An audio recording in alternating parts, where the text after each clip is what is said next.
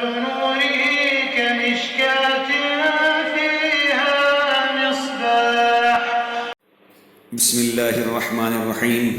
اللهم صل على سيدنا ومولانا محمد وعلى آل سيدنا ومولانا محمد وبارك وسلم. العطور المجموعہ فی ذکر النبی الحبیب صلی اللہ علیہ وسلم. مجلس نمبر 4، ولادت شریفہ، نبی پاک صلی اللہ علیہ وسلم کی پیدائش کے احوال. نور مبارک جس کے فضائل گزشتہ مجلسوں میں ذکر ہوئے، اسی مبارک ذات کو سب سے پہلے ربوبیت کا اقرار کرا کر عبدیت کاملہ اور پھر رسالت سے سرفراز فرمایا کہ نبی پاک صلی اللہ علیہ وسلم نے تمام روحوں میں سب سے پہلے اللہ نے جب سوال کیا کہ کیا میں تمہارا رب نہیں ہوں، تو سب سے پہلے جو جواب دیا کیوں نہیں، وہ اللہ کے نبی صلی اللہ علیہ وسلم نے جواب دیا. اور پھر ربوبیت کا اقرار کرا کر عبدیت کاملہ یعنی مکمل بندگی کا ایک نمونہ، اور پھر رسالت سے سرفراز فرمایا. جب انسانوں کی طرف رسول بنا کر مبعوث فرمانا چاہا تو روح مبارک کو بشریت کا جامہ پہنا کر اور بشری لوازمات ماسوا ایسی باتوں کے جو شان نبوت کے منافی ہیں کے ساتھ ایسے خصائص سے نوازا کہ خدائی مخصوص صفات مثلا الوہیت، ربوبیت، صمدیت، یکتائی اور کبریائی کے علاوہ جو صفات کمال کسی بشر کو عطا کی جا سکتی تھیں، ان سب کو جسد اطہر میں ودیعت رکھ کر اللہ تعالیٰ نے اپنے کمالات اور محاسن کا مظہر بنا کر بشری نظام کے مطابق پیدا فرمایا.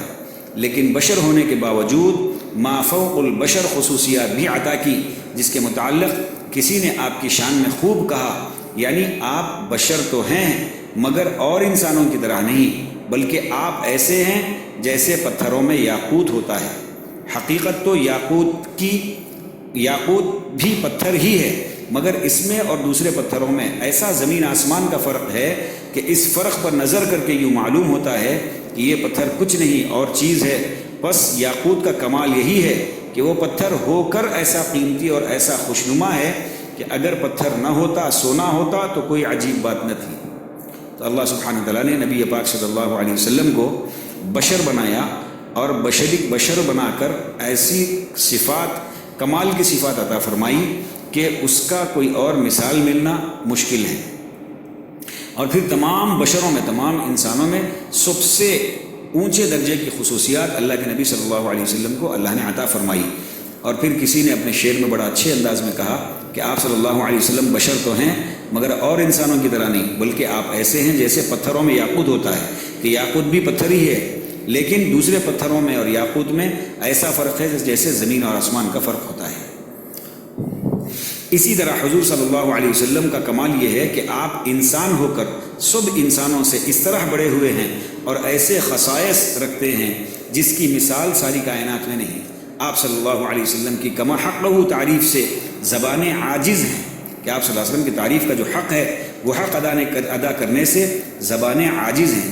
آخر میں سب کو یہی کہنا پڑتا ہے کہ بعد از خدا بزرگ توئی قصہ مختصر، بعد از خدا بزرگ توئی قصہ مختصر. اگر بشر کے بجائے فرشتے ہوتے تو بعض خصائص کے لحاظ سے مثلا معراج وغیرہ میں کچھ کمال نہ تھا، یعنی فرشتے تو پہلے سے ہی آسمان میں ہیں. آپ صلی اللہ علیہ وسلم کی خصوصیت یہ ہے کہ بشر ہونے کے باوجود بھی آپ صلی اللہ علیہ وسلم کو معراج جیسی اللہ سبحانہ تعالیٰ نے نعمت عطا فرمائی.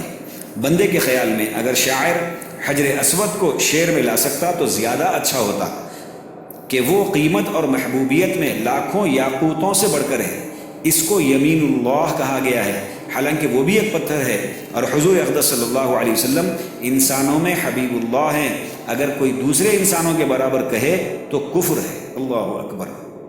اگر کوئی دوسرے انسانوں کے برابر اگر اللہ کے نبی صلی اللہ علیہ وسلم کو کہے تو وہ کفر ہے.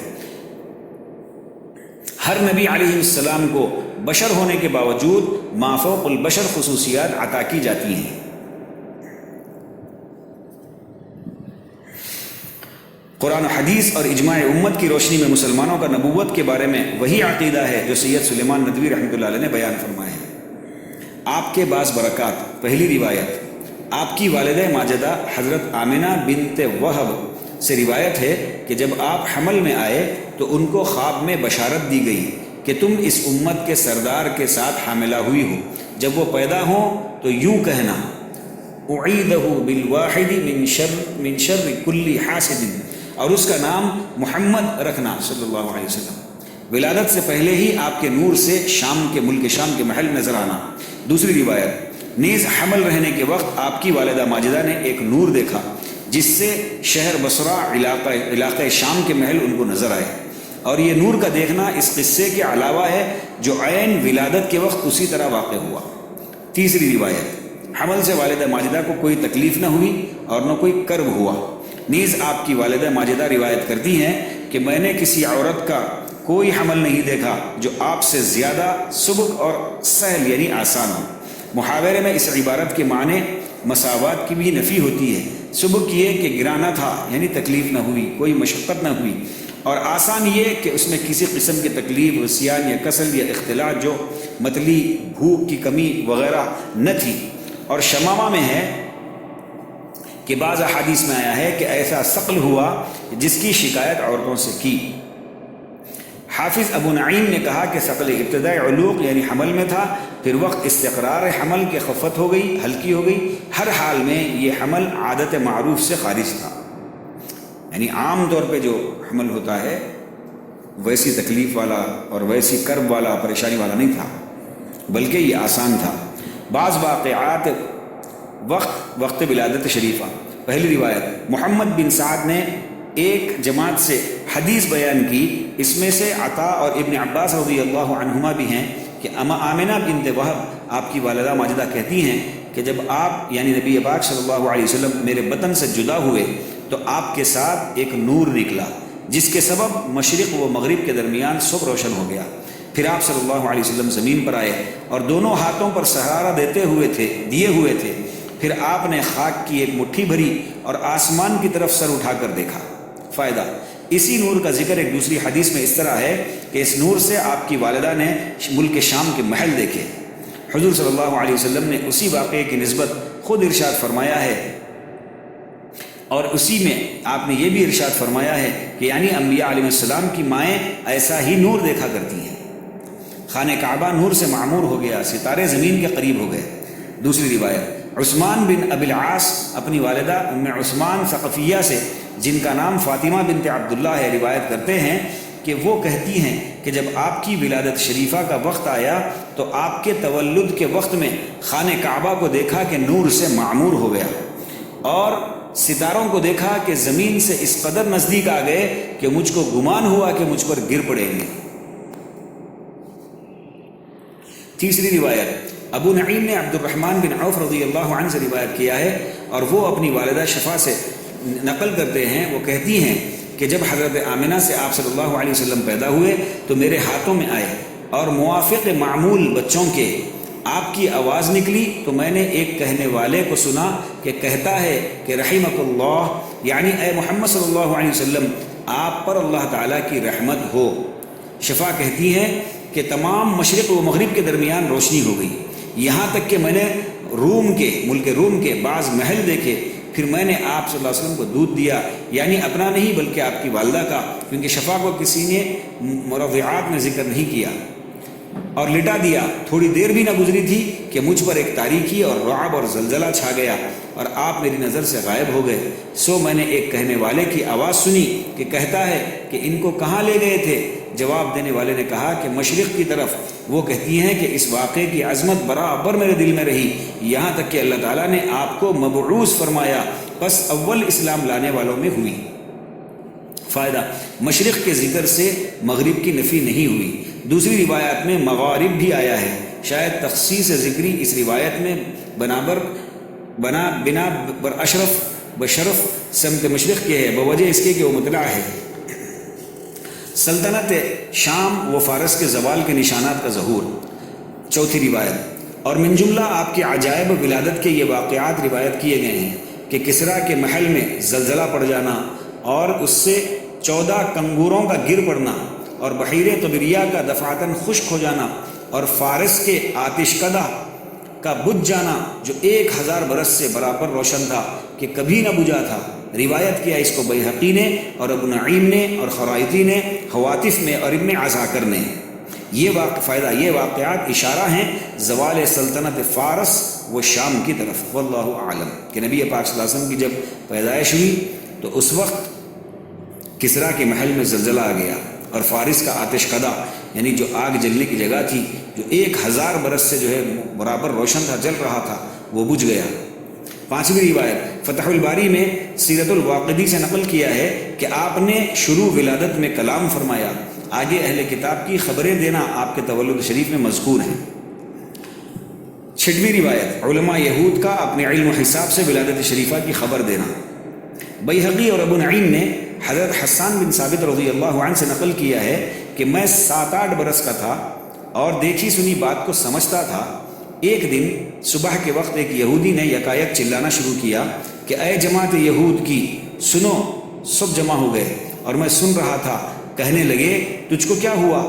کہنے لگا کہ احمد صلی اللہ علیہ وسلم کا وہ ستارہ آج شب میں طلوع ہو گیا جس کی ساعت میں آپ پیدا ہونے والے تھے۔ سیرت ابن ہشام میں یہ بھی ہے کہ محمد بن اسحاق صاحب اکثیر کہتے ہیں کہ میں نے سعید بن عبد الرحمن بن حسان بن ثابت سے پوچھا کہ جب حضور صلی اللہ علیہ وسلم مدینہ طیبہ میں تشریف لائے تو حسان بن ثابت کی کیا عمر تھی؟